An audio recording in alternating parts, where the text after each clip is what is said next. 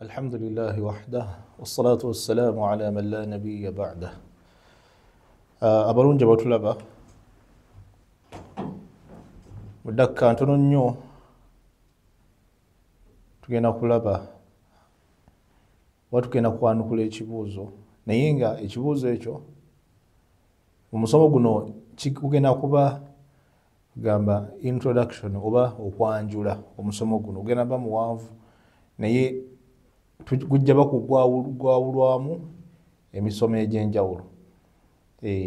Tetugenda kugumalayo leero, tugenda kukola omusomo nga mumpi naye nga tujja bba tugumalayo mu ntuula ezisukka mu lutuula olumu. Ngeno egenda bba just nnyanjula y'okuddamu ekibuuzo.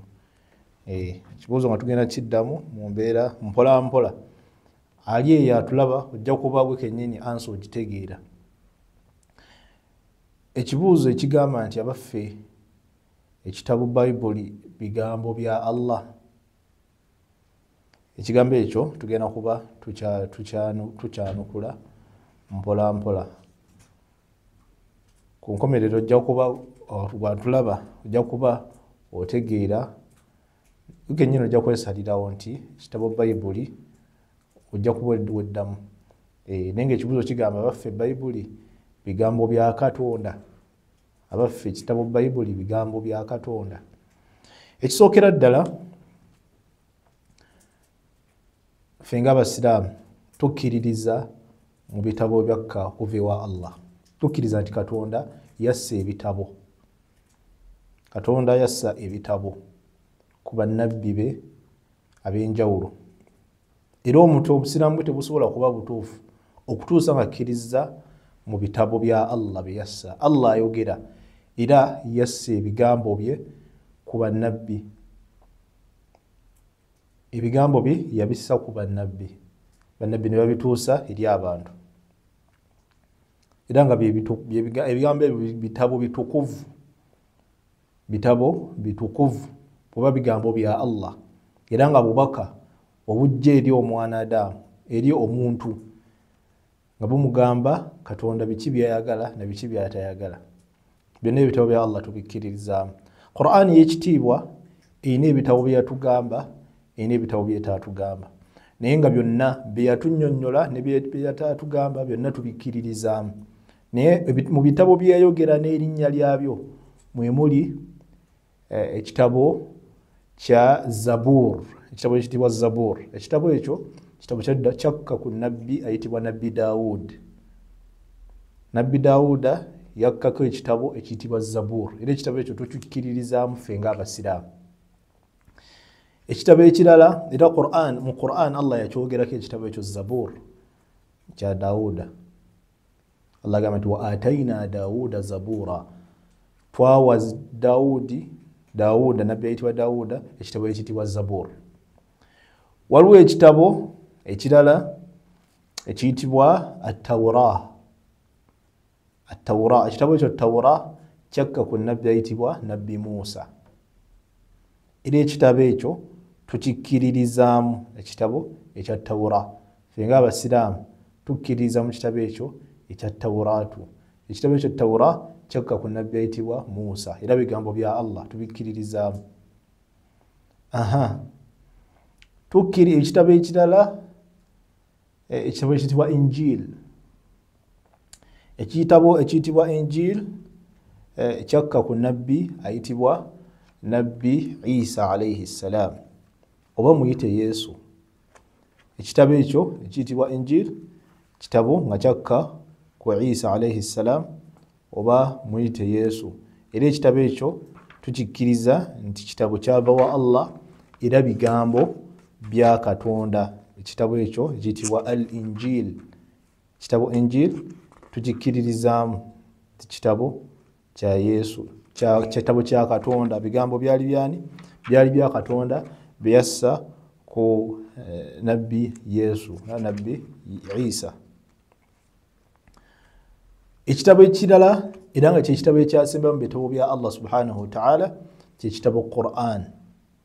Kyekitabo Qur'an era nga ekitabo ekyo kyakka ku nabbi ayitibwa Nabbi Muhammad sallallahu alayhi wasallam okusasa n'emirembe bibeere ku ye era okusasa n'emirembe kubeere ku bannabbi bonna. Nabbi Muhammad yakkako ekitabo ekyo ekiyitibwa Al-Quran okusasa n'emirembe bibeere ku ye era nga nabyo bigambo bya Allah temuliimu bigambo bitali bya Allah. Buli kimu ekiri mu Quran Katonda yali abitunyumiza. Mu Quran mulimu engero mulimu engero eza bannabbi abasookawo, mulimu Allah subhanahu wa ta'ala ng'atugamba amateeka agatufuga ffe wano guno omulembe gwa Nabbi Muhammad sallallahu alayhi wasallam. Mulimu amateeka agatugamba mulimu ebintu ebitubuulira ku bintu ebinajja mu maaso ng'olunaku lw'enkomerero. Quran Allah atunyonnyola olunaku lw'enkomerero, atubuulira ku jjana ennyumba ey'emirembe Allah gy'atusuubizza abakola ebirimu emirundi, saba Allah agituwe. Era mulimu Allah atunnyonnyola omuliro n'ebibonerezo ebyenjawulo Allah byategekeddawo bonna abalibeera ku nsi nga tebamukkiriza nga bamujeemera beeyisa bubi. Byonna Quran Allah abitunyumiza.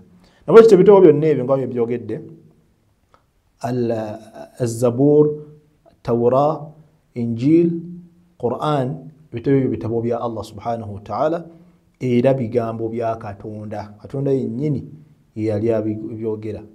Era bw'osoma Quran bw'oti oba osomera ddala ekyo Allah kyeyakola kyeyali ayogera. Kigamba oba oli mu kusoma bbaluwa ya Allah, oba oli kusoma bubaka Allah bw'akusindikidde gwe ng'omuntu. So ebitabo byonna omuntu tabasobola bbanga musiraamu mutuufu kutuusa ng'abikkiriza, kubanga Allah subhanahu wa ta'ala yatugamba nti amana ar-rasulu bima unzila ilayhi min rabbihi wal mu'minun kullun amana billahi wa malaikatihi wa kutubihi. Awenjagala Allah tugamba nti amana ar-rasul nti Nabbi Muhammad yakkiriza ebyo byonna ebyamukisibwako okuva ewa Allah era n'abakkiriza nabo ne babikkiriza.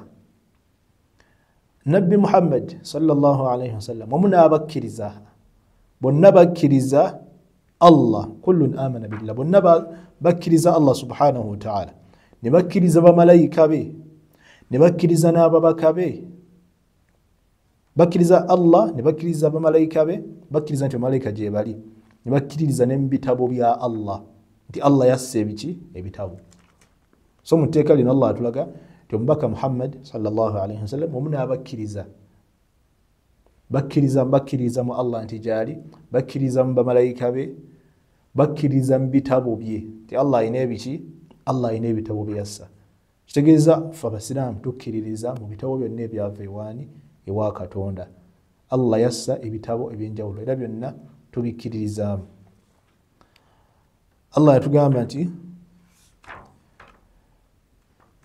yatugamba mu tteeka era eri mu suratu Al-Baqara ng'ayogera ku bitabo bya Allah subhanahu wa ta'ala.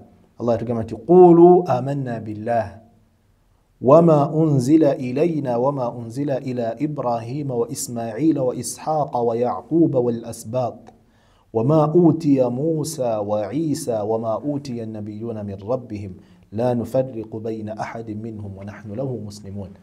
Mteeka lino mu Quran Katonda yatugamba nti mugambe nti tukkiriza Allah, qulu amanna billah, mugambe nti tukkiriza Allah subhanahu wa ta'ala era ne tukkiriza ebyo ebyassibwa Allah byassa gye tuli,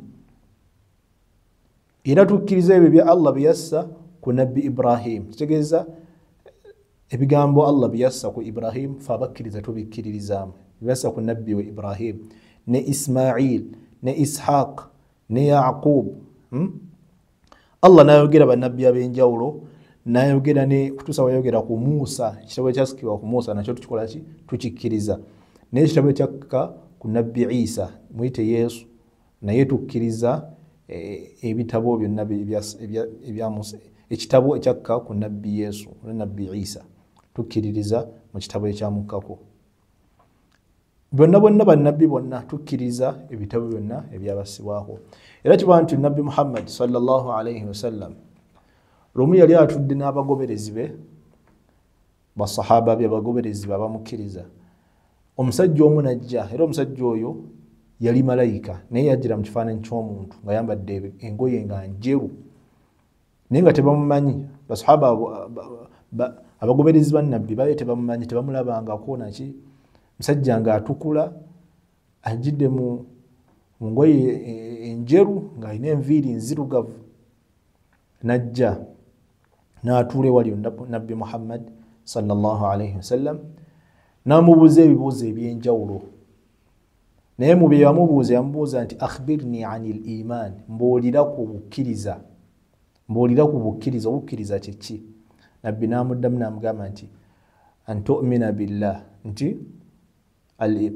obukkiriza kwe kubeera nti okkiriza mu Allah wa malaikatihi ne bamalayika be wa kutubihi n'ebitabo bye wana mbadde njagala nti okukkiriza malayika ono yali azze ng'abuuza nabbi ebibuuzo ebyo naye yali ayagala kuyigiriza bagoberezi ba nabbi abaaliwo awo era nga naffe ffenna atuyigiriza yali azze ng'alina by'abuuza nga nabbi waabiddamu bano abagoberezi babeere nga bakola ki babeere nga abayigiriza yamubuuza mbembuulira ku bukkiriza nabbi n'amuddamu nti omuntu omukkiriza kwe kuba nti akkiririza mu Allah n'akkiriza mu bamalayika be n'akkiririza mu bitabo bye n'ababaka be n'ensonga endala naye tuli ku nsonga y'ebitabo nti kitegeeza omusiraamu omukkiriza omusiraamu omutuufu taba musiraamu mutuufu okutuusa ng'akoze eki ng'akkiririza mu bitabo bya Katonda era ebitabo bya Katonda byonna tubikkiririzaamu nga mwe muli n'ekitabo ekyakkibwa ku nabbi Isa oba muyite Yesu ekitabo ekyamukkako tukikkiriza nti bigambo byani bigambo bya Allah subhanahu wa ta'ala byonna byali bigambo byani bya Katonda byassa ku Yesu nabwe kityo musomo gaffe guno okusamarizinga oba okufunza tulabye nti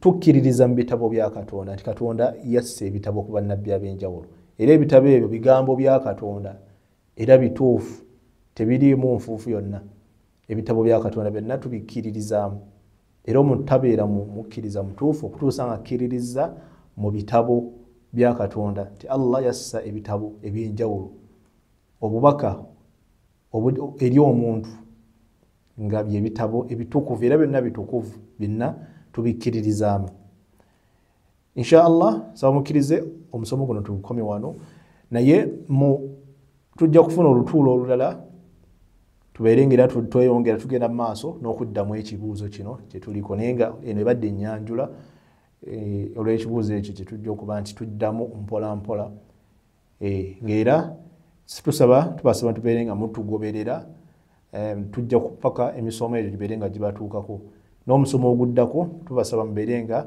muguwuliriza kuba ekibuuzo kino tekinaakuggwaayo tukyakiddamu naye tugambe tugenda kuba nti tukiddamu mpola mpola ate tetugenda kiddamu directly oba tugenda ba twogera obujulizi nga tuleeta obujulizi obuli mu bitabo bino atugula obujulizi gwe kennyini awuliriza ojja kuba we kennyini okola ki weddamu tugenda kuleeta bwino ali mu bitabo bino ojja kuba we kennyini okakasa amazima hadha wallahu a'la wa a'lam mwebale kubeera nti mutuwuliriza